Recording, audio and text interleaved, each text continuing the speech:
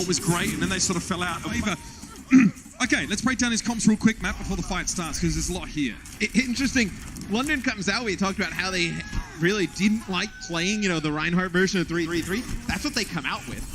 But Ocean, he goes back to spawn, he'll change things up, go to Moira, Jester will go to Winston. I mean, hey, you spent all of stage 1 having to practice it, you may as well use it. For Florida, they're going to come out here, with some DPS, some damage-dealing heroes. You're going to have 4 of them, the Sombra, Pharah, Tracer, and Widowmaker with just a solo healing Mercy. Not something we get to see a heck of a lot of. Zephyr here on the Pharah. Now, back when he actually played on Cloud9 before the Overwatch League was inaugurated, we actually did see him play some DPS from time to time.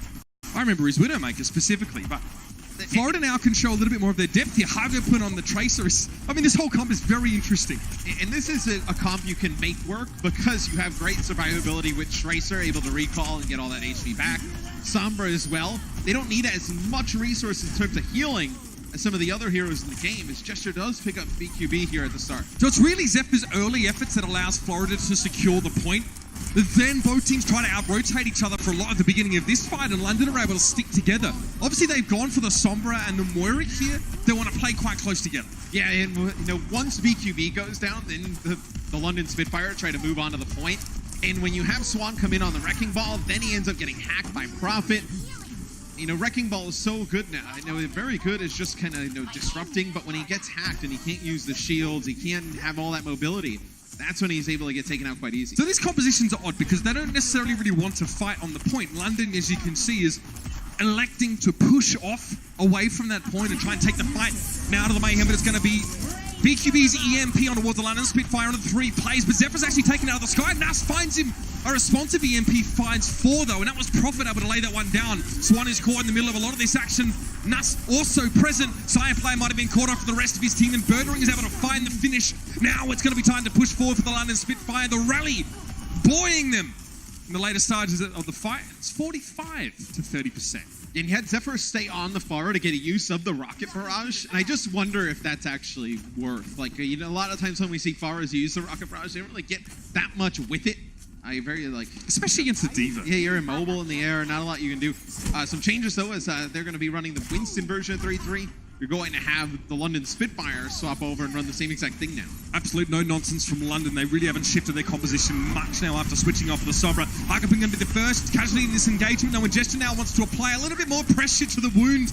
Primal Rage looking now just to try and separate Chris and BQB from the rest of their team, and it might be the Zaya that he has his eyes locked on right now.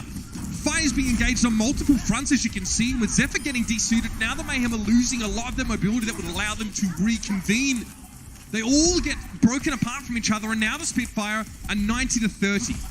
Side player does have rally, so some sustain to get them to the point. You see the shield bash come in there on the Jester, stun him up. He's going to have to back out here, get healed up at about half HP. They want to back away from the rally as well. They don't want to run into all this armor. Swan players that Florida are going to have. Swan trying for some environmental kills here, likely with the Primal Rage, but it doesn't fight too much of it. The Spitfire push off the point to try and take the fight once more to the Mayhem, and they found Hugupin early on. That's a good sign. Prophet, having been switched to the Zaya midway through stage 1, is continuing to perform. The Mayhem managed to get it back, have a sneaky little touch on the point, but it won't be long before London are back to take what's theirs with Sire player down and Zephyr desuited. This is all but done. It's such a good trade for the London Spitfire. They give up the point. 3 players from Florida just turtle up on the point. They don't move from there. In London, they just move out into the courtyard. They kill half of the players from Florida, give up the point for, what, a few seconds? You go back, you just need 1 fight to win it. Nice play there from the London Spitfire. And you did notice, of course, that London came out the gates with, a fairly standard composition, but the Winston allowed them a little bit of flexibility. The ability to drive a wedge between sort of half of this Florida Mayhem team, split them up and then take them down. That's why they wanted to push off the point. It gave them the chance to take initiative. It worked out quite well. Quite a bit of variation. We saw the early Sombra play from Prophet switching over towards the Pharah. Towards the Zaya in the later stages of that round. So it looks like here for London, they'll start things off with Winston D.Va in terms of tanks. Prophet will be playing Sombra. 3 supports here, with Birdring playing the Brigitte. So you're going to have the same damage dealing heavy composition here for the Florida Mayhem. Single support. Trying to make this work with a single support. And this is what happens though. Prophet now is sort of free to harass Xayah player as much as he chooses. Xayah's not going to be able to get away from that one. The dive works well. Jester though has to give up his life. They may have taken down the Widowmaker, but they lose their main tank. Prophet has to go back to spawn, so he's out of the fight for a little bit. And Xayah now has been brought back into the fray by Chris. Yeah, I mean, that's where you have that mercy to be able to use that resurrection and bring him right back in. So a 1-for-1 trade isn't worth it when the enemy's getting res. No, you'll have Jester get back into the fight though here as, you know, Swan just using Wrecking Ball as a circle on the point. But so much pressure they have to put on Xayah player and just take players out of the equation. Swan just going around the circles though. That's the question. Is it worth investing so much on Xayah player? So far it seems like it's worked out, even with Hugapin trying to peel for his Widowmaker. London's still able to set up on the point, and that was actually the first one fight in this round in total. So London start off in control. And now you have Florida making some changes, it looks like, potentially. Going over, yep. They're going to run. That old chestnut. So they're going to run Ryan Zarya here. And they're going to have BQB stay on the Sombra. And you think he stays on Sombra for the majority of the rest of the game because you don't really know him to play a diva. And you're not going to have Zephyr try and build up somewhat close to a grab here in this fight and then switch off to just give it away. So you expect them, the Florida Mayhem, to commit to the Sombra play. BQB looking for an opportunity. He does not want to get shield bashed by Birdering. He doesn't. He gets the EMP off, and it's pretty nice. Prophet and Fury both unable to do too much. Nas also hacked. And 2 quick kills for the Florida Mayhem should signal the go for the rest of them. And they want to capture this point as soon as possible. The Spitfire have already gained 45%. Oh, and that's a big kill there on a Gesture. He's at 99% there to Primal Rage. You had Nuss as well there. You could have used Primal Rage to really stall that out for a very long time. Some ultimates here, though, coming online, though, for the London Spitfire. You're going to end up having Rally and Sound Barrier, your 2 support ultimates. And then you're going to have this big EMP you can use potentially when Fury gets that self-destruct. A lot of ultimates to work with. Only probably Shatter here for the Florida Mayhem. That's a 4-man EMP, though. That's a great start. Prophet nailing Hugapin with the help of Gesture early on here. And Swan, well, he was hacked up. He had the shatter map, but no chance to use it. Gesture finds 2. Comfortably, the Spitfire ease into this position now. When they don't spend too much in terms of those ultimates, they switch off. Prophet now, of course, on that Xayah. I think people kind of, you forget like how good Gesture is on Winston. Because last stage we saw him play a lot of, the Reinhardt. Reinhardt was pretty dominant in terms of main tanks in the meta, and that's just not really, he's not bad at Reinhardt. I think that's kind of like overstated. I just think his Winston and his Orisa is so much better. Winston also has received indirect buff due to the way that damage interacts with heroes with armor, so probably feel better about playing him right now. BQB, he actually had to pull the pin on that one. No, now he goes for the EMP, manages to get Jester, Prophet and Fury, but still a sound barrier came out from Nuss. The London Spitfire now a bit more durability going to the later stages of the fight. The Mayhem haven't been able to find any blood so far. They lost Swan early. The Reinhardt going down, and an inopportune time, just as the Spitfire are poised to take this whole map away. They needed Swan there, Matt. And what happens there is BQB actually gets detected, and Birdring's right there. He's so scared that he's going to get bashed, so he decides to use a translocator back to the point. Then EMP doesn't connect with the supports. They're able to get their ultimates on. And at that point, you're just walking into a death trap there for Florida as London looks really good to take map 1. So BQB, his nerve broke. He knew he had to go for the EMP at some stage, but he hadn't accounted for the supports. And the London Spitfire look pretty happy now as they take Lee Jacques Tower away pretty comfortably, Matt. Not playing anything too crazy compositionally, forcing the Mayhem to play their game. Look like the London, though, that we saw all last year, right? Really strong, though. You get those damage-dealing heroes in. Makes a big difference. London takes map number 1. We'll be right back. The Overwatch League is powered by Intel. Game, record, stream without compromise on Intel Core i7. And by Omen by HP, the official PC and display of the Overwatch League.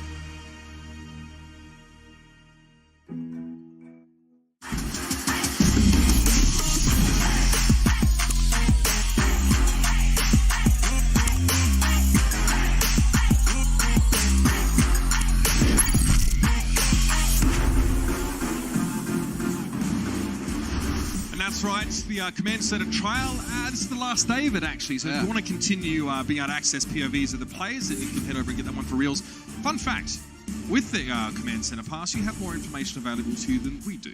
There you go. I don't know. Everyone's POVs. We have, that's true, we have 3 screens. I can see everything. They have potentially 18 screens. So. True. That's You it. probably only have 2 monitors at home. That's right. Now, if you have a battle station, then you would really be living the dream, right? If you really wanted to go to that level, but you know, it's just a suggestion. You know, I mean, it's like the back of the cereal boxes will have like a serving suggestion. You never have it like that. You never actually get the blue. Never mind. Anyway, welcome back, ladies and gentlemen. Going down the rabbit hole here. So first round looking pretty good for London. They didn't actually play anything overly spicy. We did see the Prophet, you know, on playing on Zarya that we saw sort of last stage, the switch up that London made with Birdring coming in and playing that Brigitte. They showed us a little bit of flexibility. We saw some Sombra. It was really the Mayhem that went for the wackier off the wall stuff. Yeah, I mean, the Mayhem, they run like a quad damage dealer setup with the solo healing Mercy. They try and make that work on Li Shang Tower. It does not work in their favor. Panama coming up next. I think this is where you could potentially see some Bastion, Orisa, you know, some bunker comp type of stuff that we've seen or heard about. I think also for Florida, you expect them when they go back and they fall back on that Sombra comp, you expect them to play it a little bit stronger and better. I know it's a composition that they rely on a lot. I would just like to see them, just really master it. Because a lot of teams, like, you have one composition that you like to fall back on, right? Yeah. Whether in the past it was like you had a really strong dive, but you could play other different types of stuff. It seems like Florida, they want to fall back on that Sombra comp, but it's not something that's really rock solid. This would be interesting if we see it on D here from Florida. I mean, why not, really? Looks I mean, like if it the is. London Spitfire have to push into this setup by the Mayhem, the onus will be on London to find a way to decipher how to play around this. All right, so this is difficult to deal with because you get the Bastion behind the Orisa shield. Orisa has great shield uptime. And then with the Batiste, you have that immortality field. So if you were to dive him up on the high ground, you can make that Bastion immortal. Obviously, very difficult to deal with. You have the Torbjorn turret on the other side, just putting down constant damage.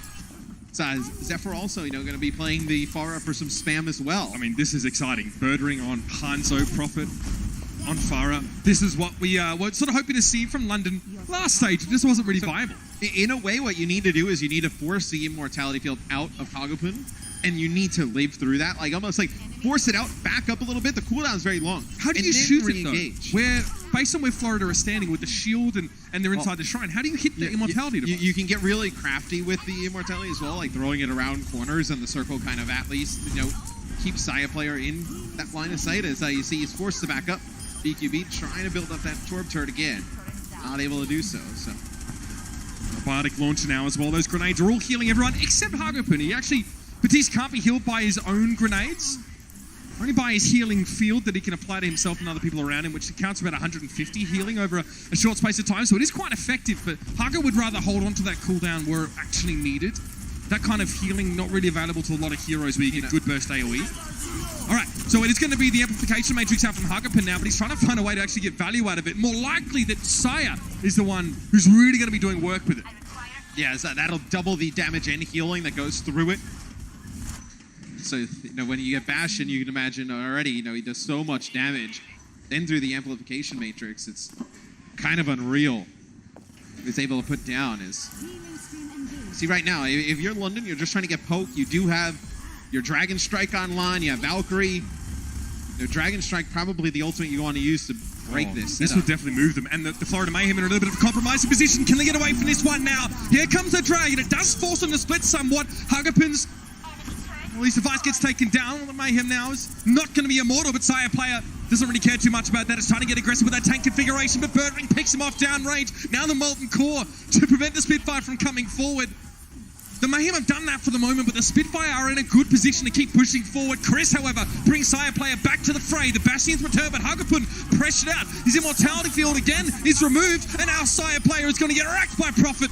He brings down a barrage, and the Spitfire finally cracked the code. And that's what I was talking about in the pre-game of this series. It's like, this bunker comp that Florida's running on defense, we've heard it's pretty strong from a lot of teams.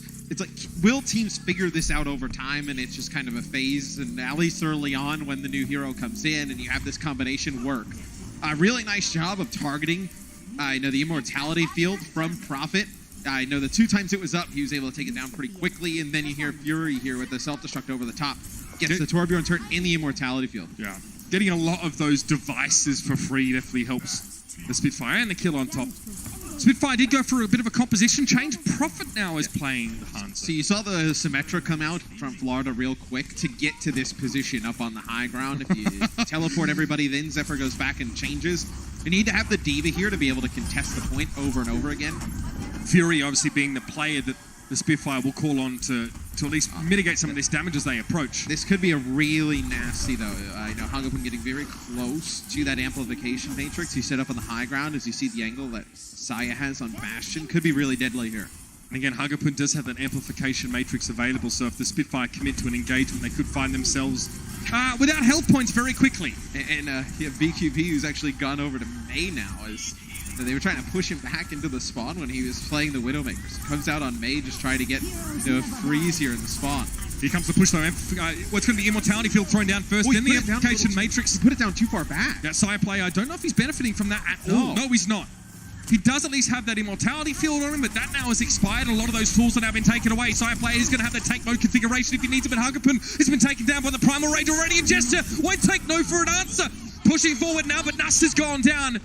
Big support missing for the London Spitfire, but Saya player going to try and find some connection with his explosive shells, but with a Dragon Strike coming through, it's cut him out of the action. He couldn't get involved in the fight when he was needed. Now the Supercharger getting put down by Swan. Again, another way to amplify damage of Fury is desuited at range by Saya player. As Jesse comes down, he gets completely minced. Prophet is able to respond and find Saya player with that Storm Arrow. But Swan needs to gather the rest of the Mayhem around him, and it looks like this defensive play is working. Yeah, it's just a little bit too much damage, but now Hagapun at the beginning, he didn't get anything out of that amplification matrix, goes actually behind Saya player when he's playing the Bastion there. But I think London, they have the right idea. Go in, get those cooldowns out from Hagapun. Don't allow them to get set up with this. Switch back to the Symmetra. The Sim comes out again just to teleport to the high ground. Oh, man. After this, I think you'll see the Sim go away as BQB goes back to the spawn. I don't think he cares too much about getting to a blizzard on that May. Yeah, he got it in the last fight. I know he's able to put the blizzard down on the point, actually force London off. But I think if you're able to get those cooldowns out from Batiste, from Hagapun playing that hero, I think then you come back with like a secondary dive opportunity, and then I think you're in a good spot if you're London. Prophet is repositioning here to try and make sure he fires the Dragon Strike in such a way to get max value, but he almost went down there. You see he's down to 12 health, and he had to actually call Nas over, say, hey, bro, heal me. Fury is stuck underneath the bridge now as he doesn't want to pop up. All right. Oh, I don't really think that self-destruct went where it was supposed to go, but the Dragon Strike might have done the job. Saya play though inside the Immortality Field. It keeps most of the Mayhem alive in the face of that damage, but Gesture goes and pays him a personal visit. Hagapun is taken down, and Saya player is missing Swan now. There is no way he's going to be getting out of that. Where BQB can stall, at least for a little while in this position. Saya player has configuration tank. He can come out and add a bit of extra damage to the mix here. But BQB finally goes down. Good stall coming out from the May player and the Florida Mayhem. And Saya player doesn't want to take too risky an angle here. He's trying to do a Profit at long range, but again finds nothing with that ultimate. I mean, you still don't have even a tick here for the London Spitfire, as they made progress, but still not able to cap the point yet. As now you see the Bastion sit up on the high ground. Bedosian forced to use Transcendence here. This is dangerous. Saya player on the high ground. Bedosian being called on now to try and deal with him from long range, and he's forced him at least out of that line of sight. Swan, though, was up on the high ground. The Mayhem are leaving BQB on the low ground to keep the point contested while they try and do damage to this high perch. And now Saya player, he's getting serious. It's Nano Boost time, but Gesture, what a rude awakening. He's forced to jump away the Primal Rage, but he escapes. Now Saya player back in a take mode configuration, but what can he do here? Keeps getting taken lower and lower, and the Spitfire are breaking ranks to avoid his explosive damage. Fury drops him a package at the front door, and he had to open it. He had no choice. Now Birdring and Fury going to push up onto the point here. Swan going to take very low, and BQB's already forced into Ice Block. The Reinhardt is down. Now Spitfire running with a bit of momentum. They push onto the point. Hagapun takes a huge chunk of damage as soon as he emerges from spawn, and is taken down just as quickly. Oh, the shield bash. The humanity of it. And towards the end there, BQB actually gets that Blizzard, but it gets eaten by Fury on the point. That Blizzard could have ended up stalling that point even longer for Florida. Good attack, though, from London, able to break that comp. 30 seconds left on the clock now for the Spitfire. They'll move to defense in just a moment. Coca-Cola is the official refreshment of the Overwatch League.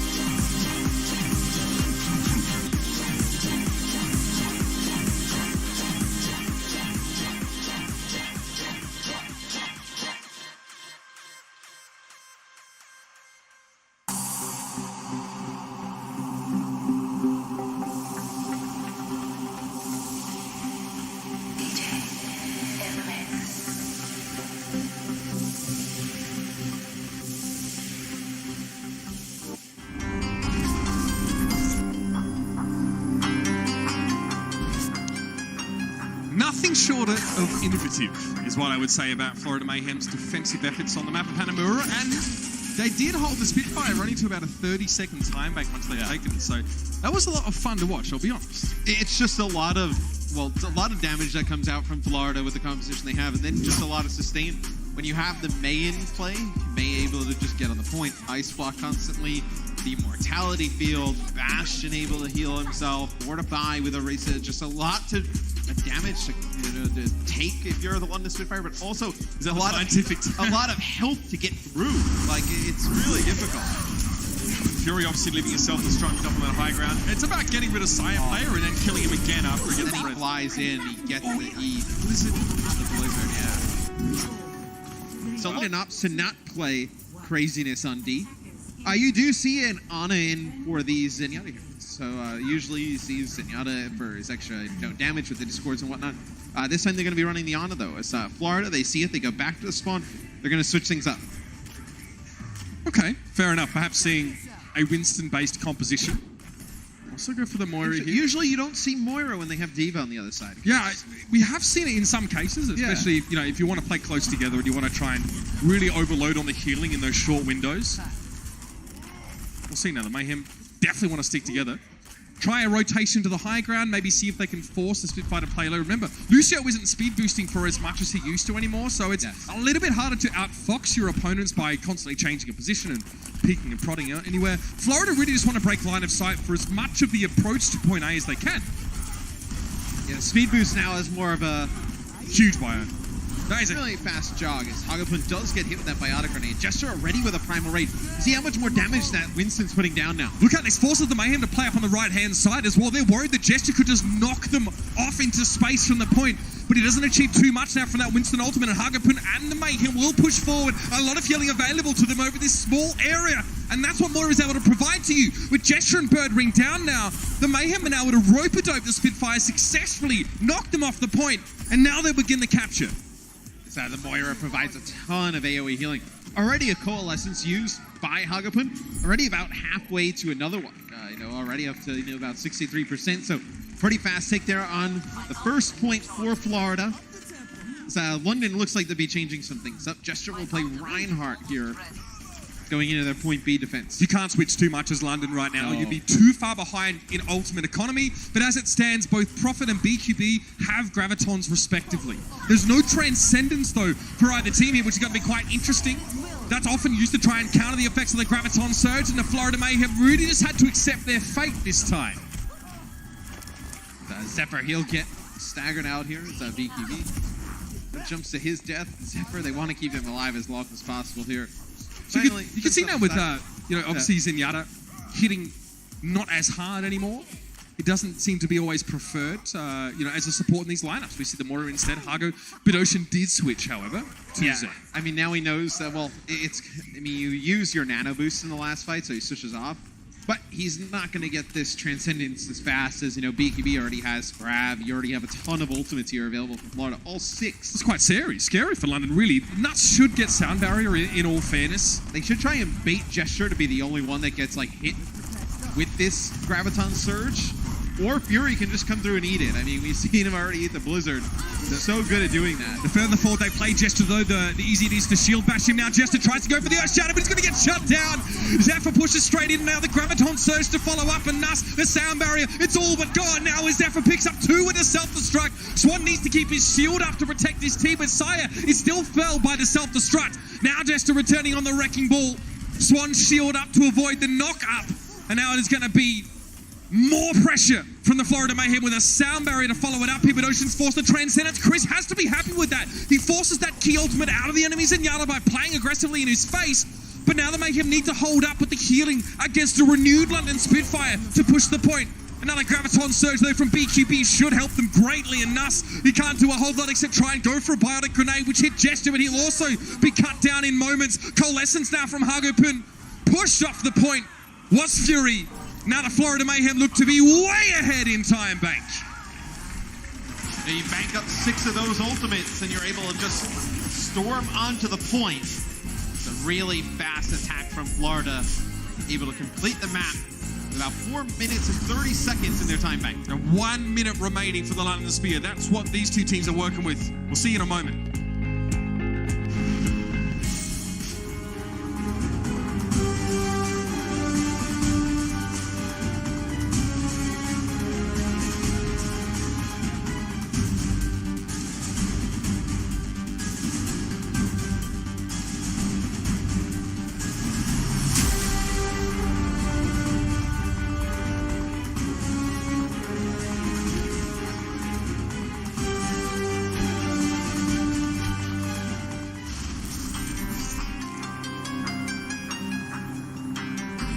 Already Florida looking improved against a lineup that we thought would kind of thrive in a meta that allowed you to play a greater variety of heroes, like this one, for example. Yeah, you can see all the healing that Huggerman's able to put down. And then I know the Coalescence. Usually you see it for the healing. It also does damage as well. You see the GK there. Pick things up. What's going to be very difficult for London is it took them so long to crack this defense that Florida had the last time. With only a minute. I don't know how they're going to be able to do this. I mean, it's got everything, Matt. It's got the Bastion, the Torb, the Batiste, the Farah. So you're going to have Prophet play Wrecking Ball here at the start. Let's see if they go back and make some changes. Looks like they are. So you're going to have Birdering play Widow. All right, so you're going to run triple DPS, 3 damage dealers, 2 tanks, and then just the solo healing Nuss. I mean, a lot of shield pressure. Look how hastily Swan had to replace that barrier. Again, it's taken down, so the Mayhem think... But by the time you actually get the comp you want, you only got 30 seconds on the clock. Yeah. This has to be pretty quick from the Spitfire. They must be decisive over the next few moments. Prophet would like to keep distance, especially from Sire player, but still be able to pressure the shield out. Remember, Farah doesn't have fall-off for range on her rocket, so that helps a lot. But Bedoshin might have just felt that exact thing himself. And I don't think you can burn the res here on Bedoshin. You need to have that resurrection for Gesture, most likely. Prophet trying to play from above there. The Hulk thrown out by Swan to try and get someone in position for Sire play to pick up there. Immortality Field was used and now has expired. Oh no, it's still there. They had to step out of it, should I say. Florida realizing they had to reposition. Perhaps that came a little too early for Hugo.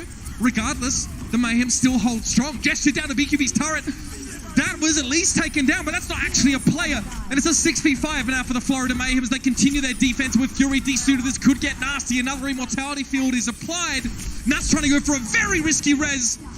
And it's not going to work out. He's removed. Huggerpin's brought back to life. And Florida, not even close, baby. You know, you had to go for that res. If you don't bring your tank back in there for London, there's absolutely nothing they can get done. I wonder if you do see London play this type of composition now when they go on defense. I mean, 4 minutes for Florida to just get that tick here on the first point to win the map. You imagine they got to pull something out here, London. Fun tidbit for you, actually. The previous Florida Mayhem roster, which featured exactly one of these players, was actually one of the best at Hanamura last season. You know, despite they struggling for most of it, they managed to come out with some innovative strategies. So at least the spirit of that roster lives on here, as the Mayhem have made it, well, impossible for the Spitfire to advance through this brick wall. And it looks like London with 4 minutes and 30 seconds to hold here, 4 minutes 38 seconds to hold on D. They're going to opt to go with the same thing they had that first go-around, where they're going to have the triple tank, triple support. This time, though, you don't have the Lucio in. You have Nuss playing Ana, so you will have Ana, Zin, Brigitte in terms of supports. Tanks, you have Gesture playing Winston. I mean, whatever happens, we won't be seeing point B on this round, man. The Florida Mayhem, all they need to do is capture 1/3 of point A to win the round. But I think with how good Florida's defense was when they were just, you know, playing that bunker comp and that setup, how much time it burns off the clock to get anything going. Yeah, switching comps, trying to get position. London comes out with that. You're already looking at, you know, burning a minute off the clock. I mean, you're already at like a 3 minutes and 30-second game. I kind of like this, though. We're seeing this a lot more this stage. Teams just peeking, getting information, then switching their composition entirely. Remember, last time, the Mayhem moved into the point down the bottom of the screen and tried to play around the left-hand side of the point while trying to stay out of line of sight for their entire advance. We'll see if they go for that again here. They're going to try and, you know, get a biotic grenade from behind here and take them out, and it only connects with one player. Swan looking low, though. He's definitely going to go down. Zephyr did get bio, but the rest of the Mayhem can't continue. The Reinhardt was the most important part of their composition to get into position, and now they'll try and find a kill. They'll skirmish a little bit and try not to waste too much time getting back to spawn. It was a really cheeky play there from Nuss. He was actually sat around in the big door right on the left-hand side. See right on gesture screen to the right here. He's sitting in that corner, and as soon as they came around it, nobody checks it. He just throws that biotic grenade down, and then the dive comes through. Last time around, the Spitfire gave the Mayhem this free passage through this first choke. It looks like this time they're not going to allow them to pass so easily. And this is a little bit more reminiscent of what we saw last stage, where you really hold to the front gate, cycle your ultimates, and keep an enemy team under your thumb. The Graviton Surge is how the Spitfire start that one off, and it's looking good. Gesture wasn't even forced to use primal range, although he went low, and a biotic grenade will keep the Spitfire topped up as they pull back. Even now in the next fight, though, you're going to have all 3 support ultimates here for the London Spitfire. You have Graviton Surge for the Florida Mayhem. So they'll have to use this Graviton Surge. Hope it doesn't get eaten up here by Fury. But you still have all of those big support ultimates for London to use to get through it. Fedosian Transcendence. That will be big in staving off the effect of this ultimate. Nas tries to go for a sleep. Doesn't find a Bird Ring going down early. That's not what the Spitfire were looking for at all. The Brigitte, while maybe not the most powerful hero on their team, is still so important. And now the Mayhem have moved to the point. They only need 33%, by the way, and they've already used the Graviton Surge to start the fight off. The Sound Barrier also applied. 3 players of the Mayhem got biotic grenaded, but because of the overshield, they didn't really take any damage. Self-destruct thrown out, doesn't find anything, but Zephyr now removed by Gesture. The Spitfire are running on nothing but fumes right now. Prophet got nano boosted there just to try and get more out of that charged up Zaya, but now he's on his own. Earth shattered, knocked down, Bird Ring moved out of the way, and it's a tied up series. He's here off the map 2. And Florida catches Bird Ring there. As everybody for London rotated to the high ground, Bird Ring cut rally and was sitting on the low. Just a miscommunication there, it seems like, for the London Spitfire, but it does cost them map number 2 here to Florida. Yowza, it's going to be an interesting breakdown here as we head into halftime. We'll see you on the other side of it. The Overwatch League is brought to you by T-Mobile. High ground or low ground, T-Mobile has you covered. And by State Farm. Whatever life brings your way, State Farm is here to help life go right.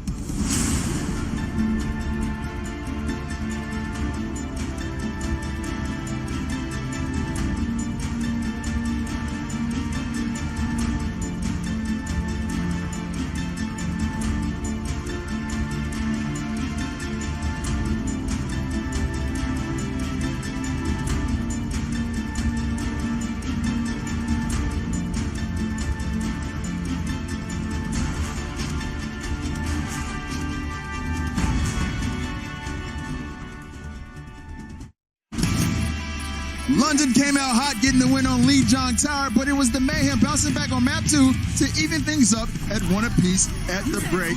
Welcome back, guys. It's halftime. Malik here with Prin and Sideshow. Very interesting first half there, guys. I didn't really know. I didn't expect the Florida Mayhem to be so strong on Hanamura. And I didn't expect the London Spitfire to look as clean either, given how they did last stage. So just for me, very perplexing first half, but a good one, entertaining one. But right out the bat, let's talk about Lijiang Tower. Yeah, let's jump into it. Let's just jump right into it. I'm ready for this. Standout play definitely came from Prophet, I would say, doing what he always does. In particular. Yeah, fantastic player. Josh, I think you made the comment that you think he might be the best player of all time.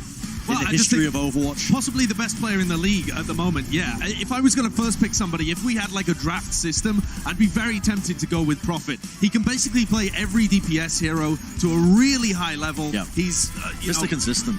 Yeah, so consistent with his performances, syncs up perfectly with Gesture as well. Obviously, something interesting about the London Spitfire lineup at the moment, as you can see, Birdring is back in, but he's playing the Brigitte now. He used to be on Zarya, he looked like a bit of a liability there, but they've changed it up. So it means that when they play the Sombra, they've got Gesture and Prophet syncing up together on those little kind of mini dives. And here's his statistics when he was playing Zarya here as well.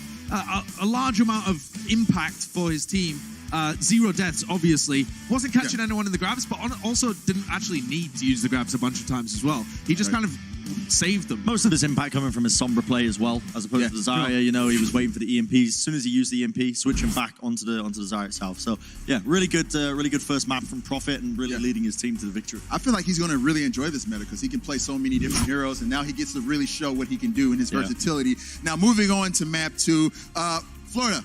They show us a bunker comp that we've been seeing a little bit of, and they seem, pretty comfortable playing it. Yeah, they really did. This is clearly a practice composition from them, and I think it's really interesting. It's the first time that we've seen Hanamura play this year, and honestly, this was a very set comp. And the way that London chose to break it by running the double kind of poking heroes of Hanzo and Farah on point A, and then on point B, they had to break it again using a combination of ultimates.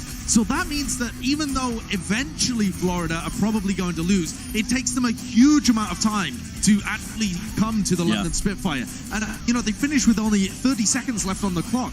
And then on the other side, the London Spitfire are just running the triple tank, triple support. And you have a much higher likelihood of breaking that earlier. So even though Florida's isn't really like the greatest strategy in the world for full holding or something like that, like it does. They're have playing counters, the clock, right? But, Yeah, but they're it playing takes the clock a huge amount of time to be able Thanks to a do little it. tap on the shoulder there as well. Agreeing with your point, son. They're playing the clock. All right, so guys, right now it's kind of up in the air. It can go either way, at least from my perspective. But what do you guys think? Who is this match favoring going into the second? I'm gonna be honest with you, Malik. I had a premonition. I've been going on about. He was telling me this in the I had a premonition when we were predicting these teams. I was like, for some reason, I don't know why. Yes, I know I went with London, Josh. I know I did, but I had a feeling that Florida might be able to take it. And I don't know what it was. It was something about the cheese, something about the new patch, something about Sire player on Widowmaker. It all clicked in my mind, and something about Birdring being inconsistent. Right, it all just came together. Birdring hasn't been bad. Sire hasn't been popping off on Widow, and just he's what? Been two of those things. Two of those things. You can just feel the prophecy in the air. It's 1-1.5, mate. It could happen, and if it does happen, I'm considering myself that a You're really good at flip-flopping. Really good at flip-flopping, Brandon. Let's just call it like it is, man. What about you, Sasha? Who's the favorite for you? I think at the moment, even though the Florida Mayhem ended up taking that map, I'm going to still stick with my prediction of the London Spitfire. They look like the better team overall. I think they were just caught off guard on that map. So unless Florida have some, unique compositions a bit like that for the next two, I think London are going to be able to take it. All right, well, we'll see if the Florida Mayhem have any more tricks up their sleeves in just a bit. Stay tuned. More Overwatch coming up next.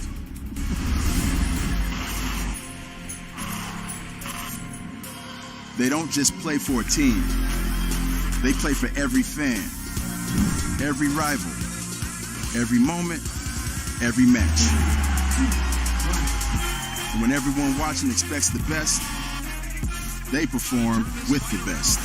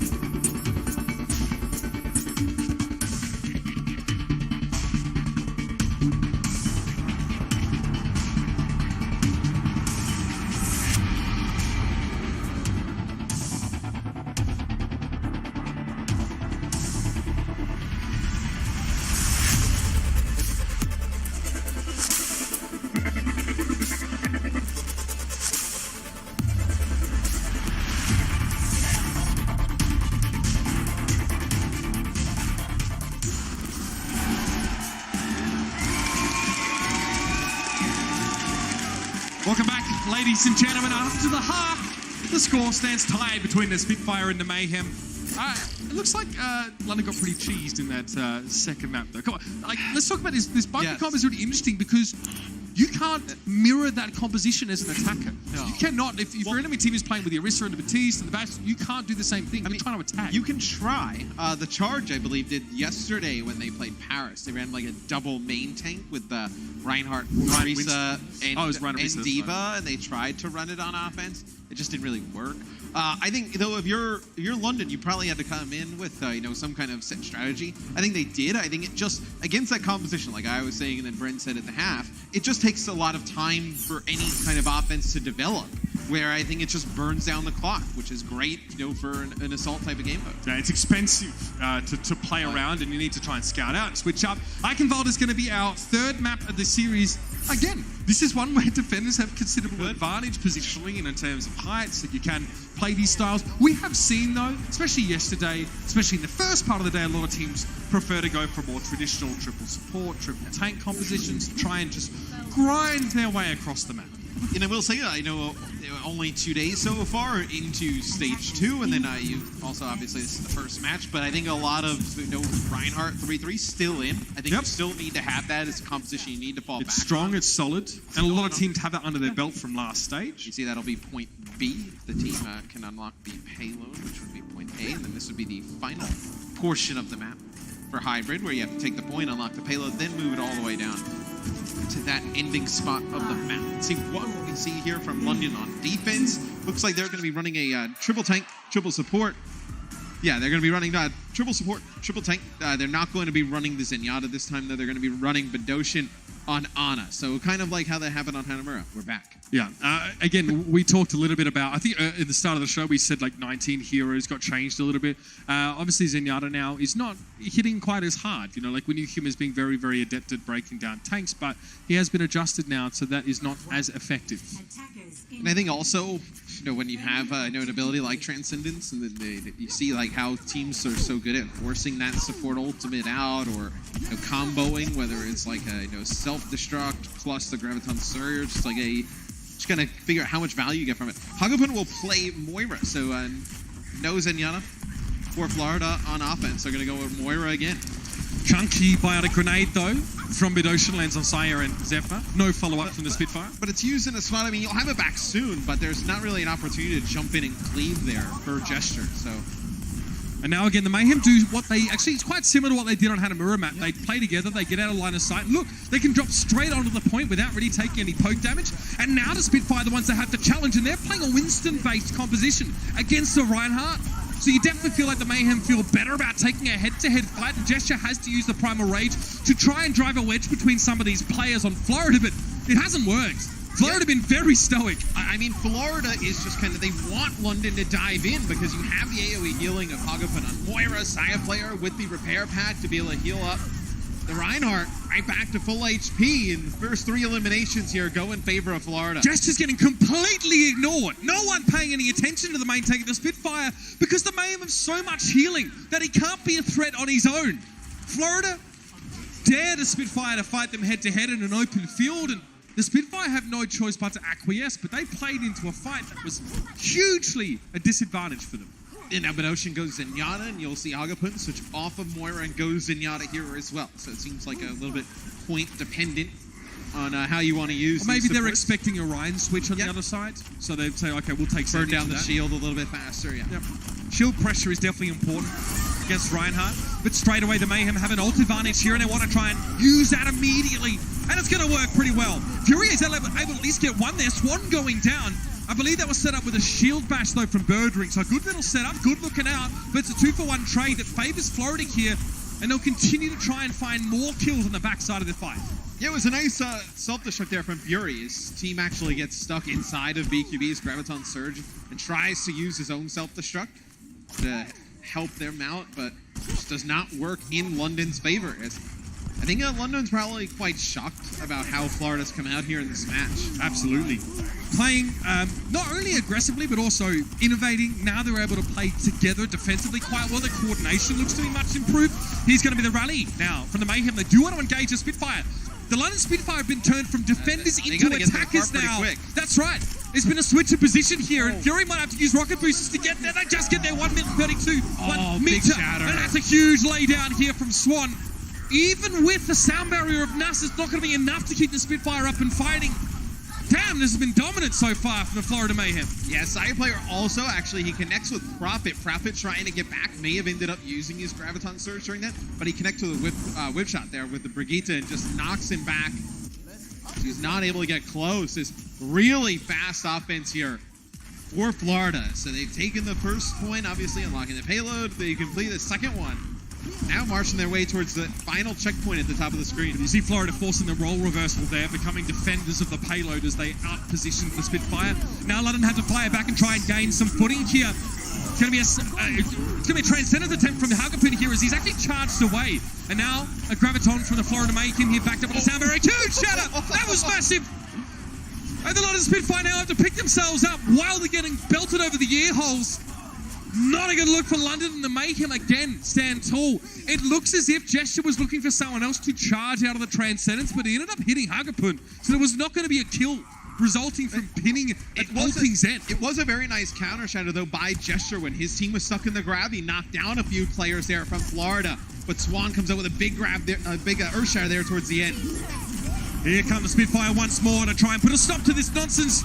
Self-destruct here doesn't really do too much for the Spitfire. Now Fury going to try and set one up here. Swan is low though. He needs to get back to the rest of his team. Somehow he stayed alive. But it looks like the Mayhem will have to regroup at least for a moment. Swan is looking worse for wear, and there's no real burst healing outside of the repair pack on the side of the Mayhem. They have to wait. You will have, though, Transcendence here for Florida and a Graviton Surge. So Gesture will end up with his Earth Shatter. See how Florida decides to combo these ultimates so close to completing the map. 3 minutes plus here would be a crazy time. Very slow healing for the Mayhem. It's taken a heck of a long time, and a Fire Strike from Jester really hurt them. Attempted Earth Shatter now. Jester trying to go for the counter shot. And it's going to be Sire player knocked to the ground. Now Graviton Surge here for the London Spitfire. Hagapun responds with a Transcendence. Both Senatas bring the healing out. Both Brigitters go down. The Ryan charges, but Hagapun and Swan now falling will herald the end of this fight and victory for the Spitfire for now.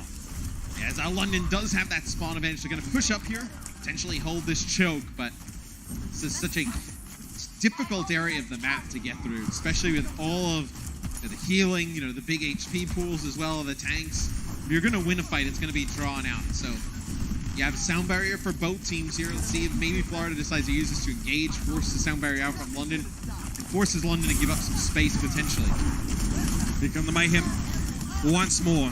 Swan would like another Earth Shatter opportunity here. He managed to get his second one much faster than Gesture did. And Gesture, speaking of which, has taken a lot of damage. Is there burst healing available? No. Swan doesn't decide to follow up. There it is. The Shatter comes in. Prophet and Fury knocked to the ground. And now sound barrier necessitated for the Spitfire.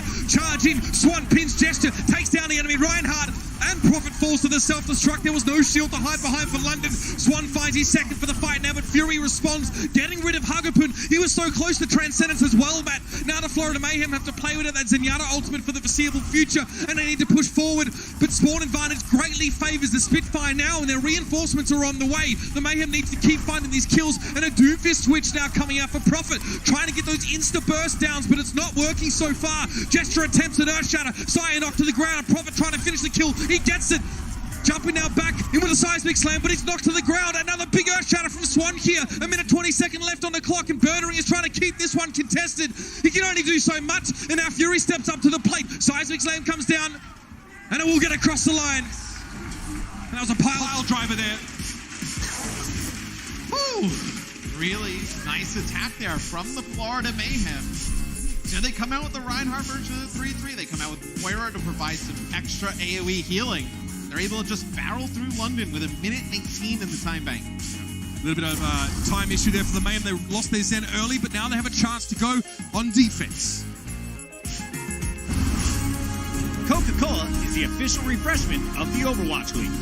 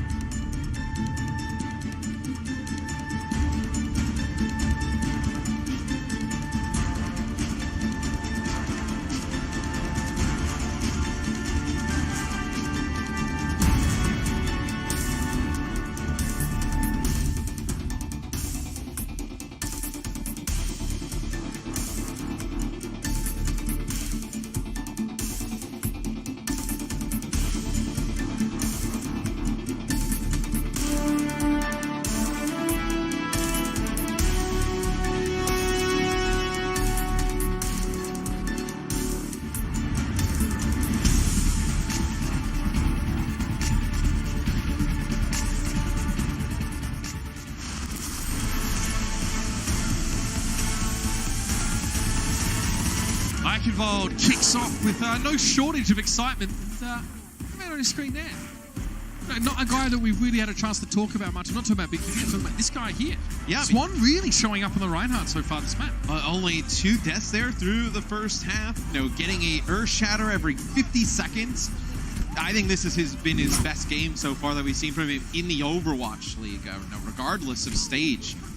Playing really strong as Florida now will go on defense.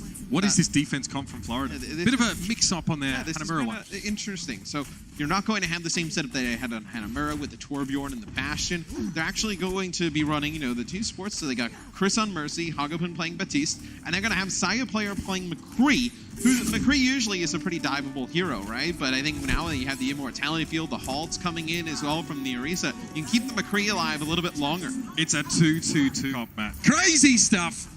And there you go. So, you know, we hadn't talked about Swan so much in this season, but, you know, final blows, or at least his contribution in team fights, have been quite considerable. So, what do the Spitfire do now that they see what the Mayhem are running? I mean, they go back to what they want to play. It seems like London really wants to play the Winston version of the 3-3. So Prophet now will be playing Sombra. Ooh. Does he know there's a McCree out there? They have to know. I mean, I've seen it about now. Yep. They had to check this, so... Maybe you try and go for hacks here onto the Baptiste to prevent the Immortality Field from coming down. If you can get close enough to hack Baptiste, then by all means. Also, hacking BQB can really clip his wings, literally and figuratively. But Hagapun's just going to play right around Saya player, so... Oh, Nas took a big hit earlier on the fight there as well. You can see BQB was looking for some follow-up damage now. The Spitfire been forced into that small alcove. They might try and do a Mayhem and out-rotate, make their way into the Hunter's Lodge. We'll see if that is the plan. That's the engagement. The dive works out. Hagopun goes down quite early. Baptiste not so great when the enemy is all up in his grill. And Chris to fall means that the Florida Mayhem are without supports. This might be a clean sweep in this fight as BQB is silenced with a flick of the flail from Birdring. Yeah, this time the bunker comp, you know, not really exactly a bunker comp. They're just trying to play the Orisa with the Baptiste, but it doesn't work here for Florida. It's London able to break it pretty easily. And I think when you have the Baptiste drop there quite early and you don't have the UC Mortality, you know, Chris potentially has to go for a res there. That's where things start to fall apart for Florida. So Florida now will change things up. They'll go and play the Reinhardt version of the 3-3. They want to play close. They wanted to try and prevent, you know, the gate from opening here, play right on the top of it. But we're playing close quarters against this. Coalescence is going to mean a lot of damage is going to be done to them early, and Ocean starts off the fight by doing just that. Saya player is missing, so no Brigitte is going to be quite annoying for Florida. They don't have any burst healing anymore. That's going to be a huge difference, and Swan can only look out in dismay from behind his shield and realize that he has nowhere to go. It's not a bad fight for Florida, though. I mean, you get them to use Coalescence. You know, Bidoshin building up towards another Coalescence. You get BQB up to about 80, 90% here. Yeah, I mean, you start to build up towards some of your ults. I mean, you expect to walk into, like, an EMP in the next fight. And then you maybe have one more opportunity here to, you know, hold off from this point. Well, look, getting trounced in the first fight is very scary for defenders, especially against these tank-based compositions, or at least in the past ones featuring Zaya, because things could snowball out of control. The Mayhem did no damage in their first defensive fight, so they had to try and gain some ultimate percentage by playing aggressive. They want to fight this on the cart. They want to set the cart progress. They want to get here. Here's the EMP. Hagopun still got trans off. Yeah, he did. That's big, and now the Mayhem can sit pretty behind that one until they decide it's time for them to go in and fight. They can tell that BQB does have his ultimate available, and Fury will have to keep a keen eye on the enemy's eye to see if he can shut down that grab. Guess what? Spoilers, didn't happen. Sound barrier for most of the Spitfire over the top. That was tough to avoid. It's very hard to break line of sight against that one. But Birdring also goes down. 2 self-destructs, 2 kills. And now the payload is actually just sat there. The Mayhem are able to push forward, take control, and again, the Mayhem are looking to use positional advantage to force the Spitfire into very average engagements. I mean, Hagopun not getting hit by that EMP there is huge. That goes from a fight where you're going to play on the cart and potentially, you know, just use as a junk fight and then have one last stand at the gate into a fight that's actually winnable there. And he's getting very close to another Transcendence. Now we'll see what London Spitfire decide to do. Do you stay on this? No, but Ocean goes over. He will play Zenyatta now. You don't want to have the Moira anymore, you know, a little bit too spread out in this area. They also know they're dealing against Azaya, and they probably want to be able to have the Transcendence for Graviton Surge. I think more like the Discord as well, when you have the Reinhardt in play. Even weakened, it's still something that players want to try and pick up.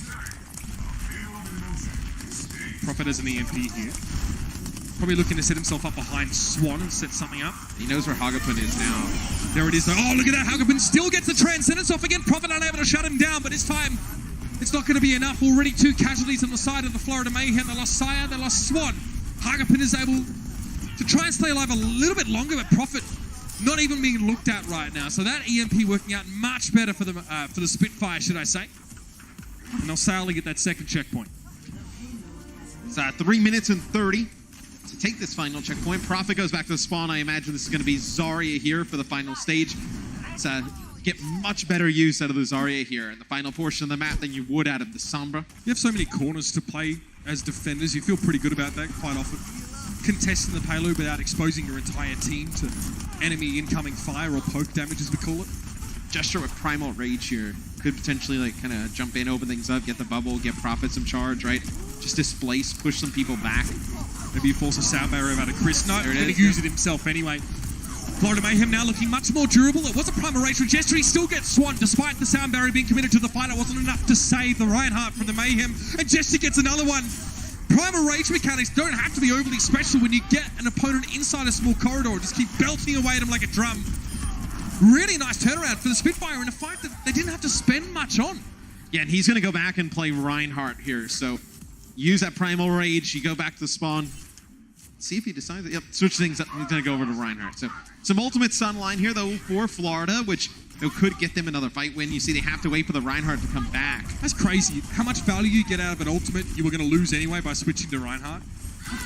Mental. Okay, both teams going to use their rallies now. It's time to squabble a bit.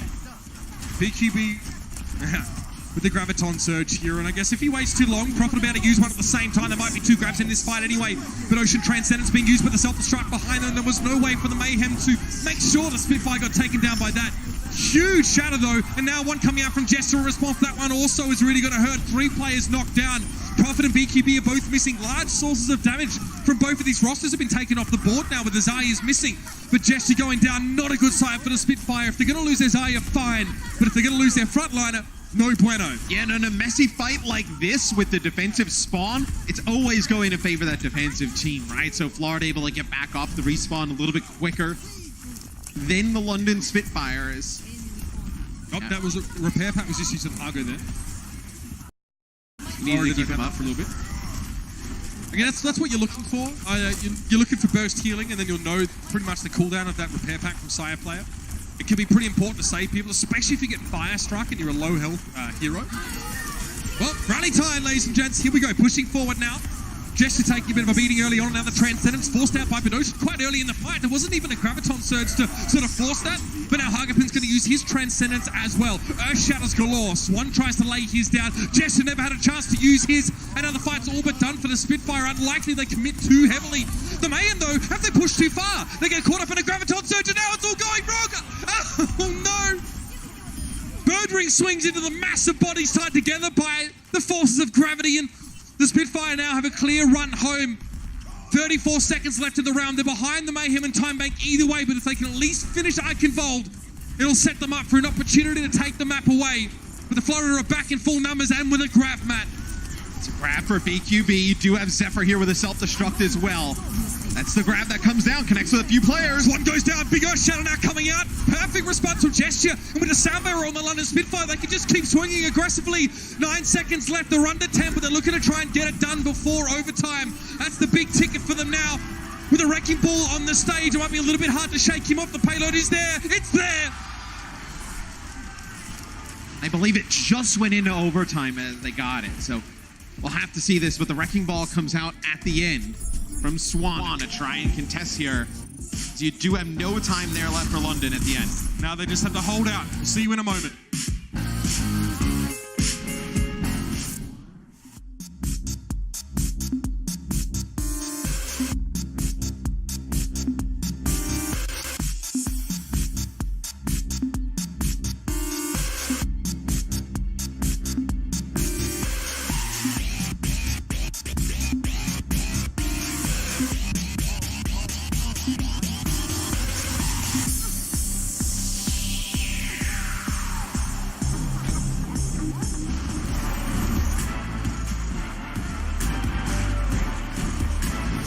Because the London Spitfire finished the map but only in overtime, they have no time bank remaining to go back and challenge the Mayhem. If they'd done it with like 1 second left, they would have actually gotten an extension. Both teams would have gotten it.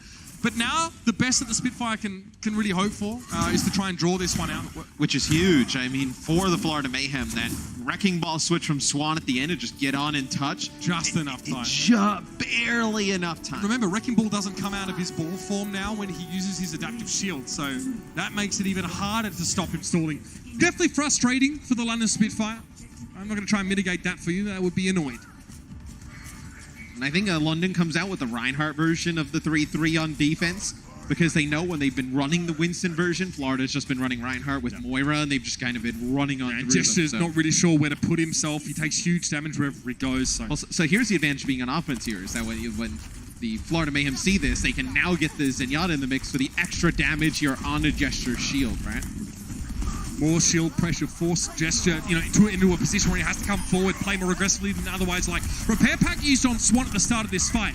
And the Mayhem are split a little bit. Couple players on the high, couple on the low. They're still able to drop down, though, as the Spitfire gives them a heck of a lot of room. They're playing very carefully. 30 seconds for the Mayhem. They just need one tick. It's the same scenario as Hanamura here, except they have less time to get it done in. I think London, potentially they wanted to go for a wrap around the pillar here, and then half of them decided to just rotate back to the point. Swan down already. Hagu's in a great spot to do damage, but now with the Earth Shatter coming through, he did manage to survive it, but it's not going to be enough. The Spitfire just knocking down most of the Mayhem, preventing them from really having a crack at this one here. And with that, the Spitfire may well have secured themselves a draw in this map, and will mean our next map will be the decider. Zephyr couldn't even really get to the point to touch it, but overtime was still triggered. BQB trying to run through, but he took too much damage. No result at the end of Eichenwald, which does mean our final map will be the decider here. With how much time Florida had to attack, it was really just one fight, and then as soon as they lose Swan, the Earth Shatter comes down from Gesture, and that seals the deal. Now the Spitfire happy to get themselves out of the belly of the beast, and with a shot to take this series away. We'll see you on the other side of these messages. The Overwatch League is powered by Intel. Game, record, stream without compromise on Intel Core i7. And by Omen by HP, the official PC and display of the Overwatch League.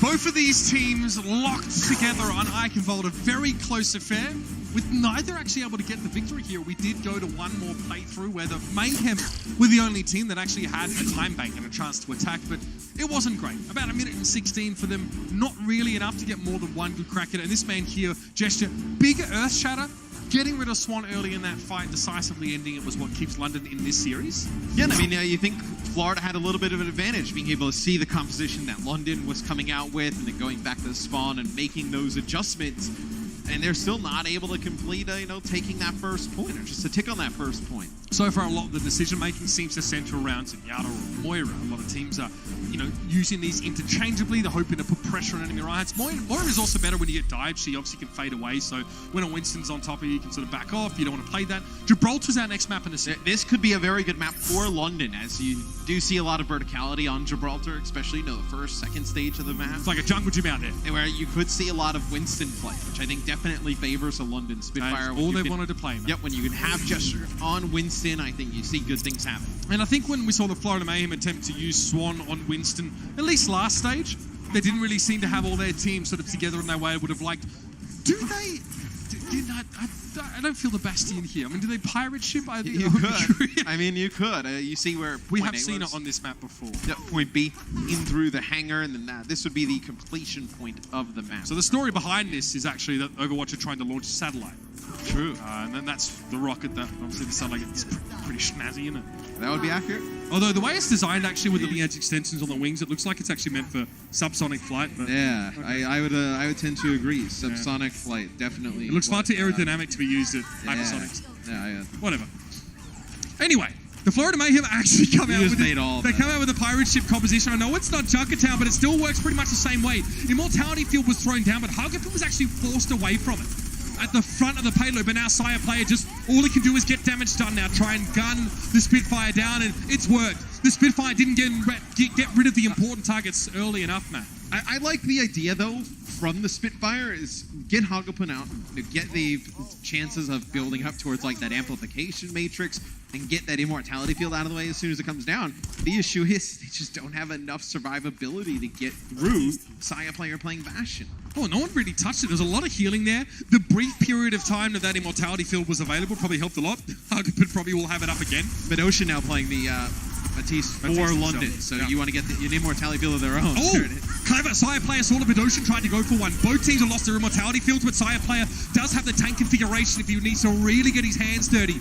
Gesture now is going to be using the Primal Rage here, and Sire player was an amplification matrix put down, but not one where Sire player can really benefit from it as he would have liked. Well, so when you see where Hagopun put it down, he actually puts it down and he can shoot the healing through it back onto the cards. Because a lot of times we see the amplification matrix, even when I'm playing at home, I always think like it's just there for the damage, but there for the healing as well. Still, Florida wants to fight this. You're going to see these so much come out. So London able to get a hold. I wonder if you see them make changes yet. It looks like a lot of stuff committed from the Mayhem into that fight. I like the little change, like the switch to Batiste there. Yeah, but Ocean probably switching off. They use the Amp Matrix in spawn. But again, it was just to give the Spitfire a fighting chance on point A, and it worked really well. They use the Spitfire use their own immortality field right on top of Saya player when he's playing on that payload as Bastion. Profit here with the Graviton Surge. Probably not going to end well for Florida here, I'll be honest. Walking straight into a grab, fight already done.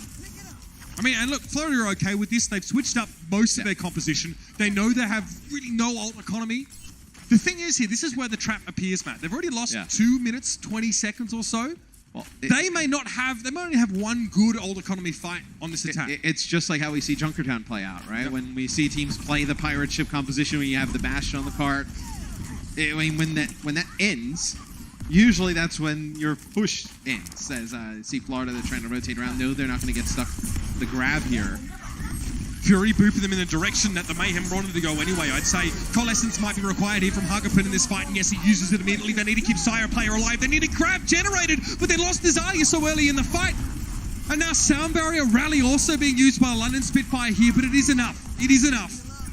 Chris and Koforce back inside the server room. The Spitfire would be crazy if they tried to challenge in here. Walking straight into a Reinhardt-based composition with Winston in a small space, not advisable. So now they have to back away after losing one of their players. Sire player will have enough time to return to the fight. He's on his way right now. Swan being healed up. Prophet might just have to grab and end it here as quickly as he can while making sure Zephyr doesn't eat it. But Florida back away anyway and end the fight for London. As soon as they start to back up, Prophet then knows he doesn't have to use the grab. I wonder if they're going to try and walk through this choke again. And they get grabs. Let's see if they can respond to this one. Well, Zephyr tries to go for a self-destruct over the top, but it's not much there. Swan also shatters. Oh, that's not a good look for the Florida Mayhem, and now they're down to 20 seconds left, and Sire player never really got that grab, Matt. He might have next fight. He's charging it up now, but it has to be done good. He's being staggered anyway. Yeah, I mean, he just gets juggled off the side there by Jesters. You may not even get a next fight here. So that's why you see some ultimates being invested there from Florida. They gotta touch the cart. Sire player doesn't respawn until overtime's already begun. Huggerpin, the only player there for the Florida Mayhem, is quickly shut down. This is where the London Spitfire look to take control of the series. They get themselves out of a sticky situation on Eichenwald, and then they show up on this Gibraltar defense. Nassau, Chris tried to go for that. Fury 8 Sire players grab. Chris couldn't even sound marry. Everything went wrong for Florida there, Matt. All because they tried to go for a cheeky gambit on the attack. I mean, once they get that Bastion off of the cart and that push ends, that's really where Florida's offense ends. You know, it worked for them on Hanamura with the Bastion Batiste setup.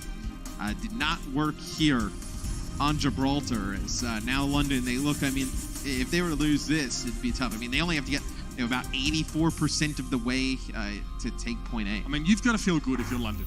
You were worried. You know, if you'd lost Eichenwald, this would have been a different story. It would have been a potential map 5 situation you would have had to go into. But just in ensuring the draw in map 3 means that map 4 becomes the only map that honestly really matters. And with a defense like that, they've absolutely paved their way to winning this series, and one that they were challenged by a team that we really didn't expect to drop at this stage. I think Florida's looked better today. It's just when teams have more experience going up against, you know, this Bastion, Orisa, Batiste composition, do they have something else to fall back upon? That they can win games and win fights consistently against teams using that lineup? Translation for that is, how good is your triple tank, triple support composition?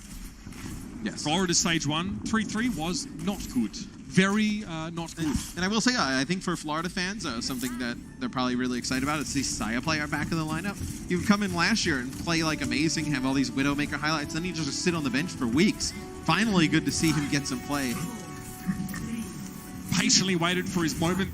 Who we could have the most impact in this roster? Oh, that's cheeky. We love the early Roadhog play. The Sonic arrow to set things up. Cheeky. Nothing doing that. I mean, that could have won the map for the Spitfire there, so there's no risk to trying that. You play the Roadhog there at the beginning, potentially catch somebody as they're coming down. This type of flying. Yeah, I mean, this is very aggressive engagement to the fight here for the Florida Mayhem. They realize they have to be aggressive. If they give too much ground, it's over. Huggerpin's in a great spot to do damage here, but the rest of his team wasn't able to hold up against the London Spitfire. Now you're starting to stress out a bit. You're in enemy territory. You need to get taken down as quickly as you can to respawn.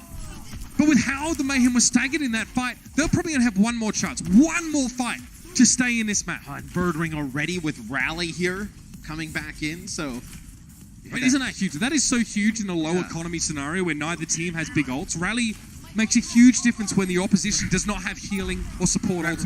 Rally versus no support ults is massive. It's going to be a huge advantage here for London. Oh, it's going to be used right about now. He Prophet went down early in the fight, though. He would have been charged up and ready to go. He went missing early, Chris. Getting rid of Birdring here, that rally may not have been for anything. Destiner has to salvage the situation with a Primal Rage, but Huggerpin was able to get his Transcendence in time. The Spitfire, on paper, should have won that fight, but it looked as if Prophet was caught out of position and the Mayhem were able to get him off the table early. That's huge. I mean, the first two pickoffs for Florida is they get Prophet playing Zarya, and then they get Birdring, who's using Rally. He was very far forward, Birdring. Now some ultimates that swing in Florida's favor. This one's definitely not over. 2 minutes 22 on the clock. Transcendence for the Spitfire. Hargo already used his, but the Mayhem have 5 out of 6 ultimates to use here. So it's going to be very messy, I'll be honest with you. Unless someone dies really early for no reason, this fight will have everything. Here comes a Graviton Surge now, flying straight at Prophet. Yeah, and he still gets away with it. He's not punished by a Diva. Zephyr tries to go for the self-destruct, so did Fury. Neither getting anything for it, but the Spitfire had the sound barrier now. Chris goes for one in response. Prophet lost his grab. No chance of using that one now, and that was enough to break the Spitfire's spirit, it seems. They backed up into the server room where Birdring was taken down. He had nowhere to run, but Huggerpin may have overextended here into Nasa's damage. The Spitfire might be starting to smell it. The cart didn't quite get there. Fury was looking to try and sneak a back cap in. And this is insane. Both teams have used their suite of ultimates that they were saving. And the Spitfire still don't get there, losing that grab. Heartbreaking for Prophet. And we'll see both grabs in the next fight, though. It's just, can Prophet land his? Zephyr did a nice job eating it up with that Diva defense matrix. BQB, I was shocked how far away he threw that grab. I thought BQB's would be eaten the way he fired it. It was like a classic Defran grab. It's like halfway across the map. Just fire it down range. Once again, the teams are setting up, and the Spitfire now started to sweat. Swan, Ryan Hart, And Jester has to be extra careful now. Swan able to protect his team from that poke much more profit. Oh, he tries to catch BQB. I like that. They get rid of the enemy's area, and now Mayhem might not have a Graviton Surge to use in this fight at all. Xayah player very low. Prophet stunned up, but it's just a brief reprieve for the Brigitte on the Mayhem as he finally succumbs. And now Swan has to charge on out there. It's not going to be enough. And finally the Spitfire find the opening that they were looking for. We're starting to see much more of this match, grabbing single players, single Xayahs to get them off the table. And it's worked out. The Spitfire inch ever closer now. Perhaps the Mayhem can try and contest. Xayah player hiding behind the payload. 25 seconds left in the round. But it's not enough. The London Spitfire take the series away. Well, they looked all but done at the end of Eichenwald. And even Gibraltar was a close affair. The Mayhem really stood up to them on a very difficult defense. But finally, the Spitfire's determination pays off, Matt. It's such a smart play at the end to get that solo grab onto BQB. You knew he was very close to that Graviton Surge of his own, which that is an ultimate that, you know, if that gets used in a good fashion, Florida's looking like they're winning this match, but heads up play there from London towards the end. This match has so many other things that you do, and I quote, just love to see. Birdring makes his return. Xayah player back in the lineup for the Florida Mayhem. We see some crazy strats. We see how they compare against stage 1 strats. You know, there's very conventional triple tank, triple support setups. We got cheese. We got very close overtimes. Everything you could ask for, we got to see in this series. And the London Spitfire have to be feeling good going ahead now. As we head down to the stage, just a moment, with Danny and an interview with Birdring. What is up, everybody? I am here with Birdring from London Spitfire. Yeah, make some noise, everybody! Great job, Birdring. You guys pulled off the win, but I feel like today was a very, very close match. In your opinion, Birdring, what do you think gave you the hardest time against your matchup against Florida Mayhem? 오늘 아무래도 좀 접전이었던 것 같아요. 아무래도 좀 런던과의 플로리다 경기에서 버딩 선수가 보셨을 때 좀 제일 어려운 게 있었다면 뭐가 있을까요? 일단 메이엠이 일단 제가 브리를 이제 대회에서 처음 하다 보니까 긴장한 것도 있는데 상대가 잘 뭉쳐서 저를 잘 찝더라고요. 그래서 약간 거기서 좀 제 실수가 있었고 그게 좀 아니었으면 좀 더 쉽게 이겼지 않았을까.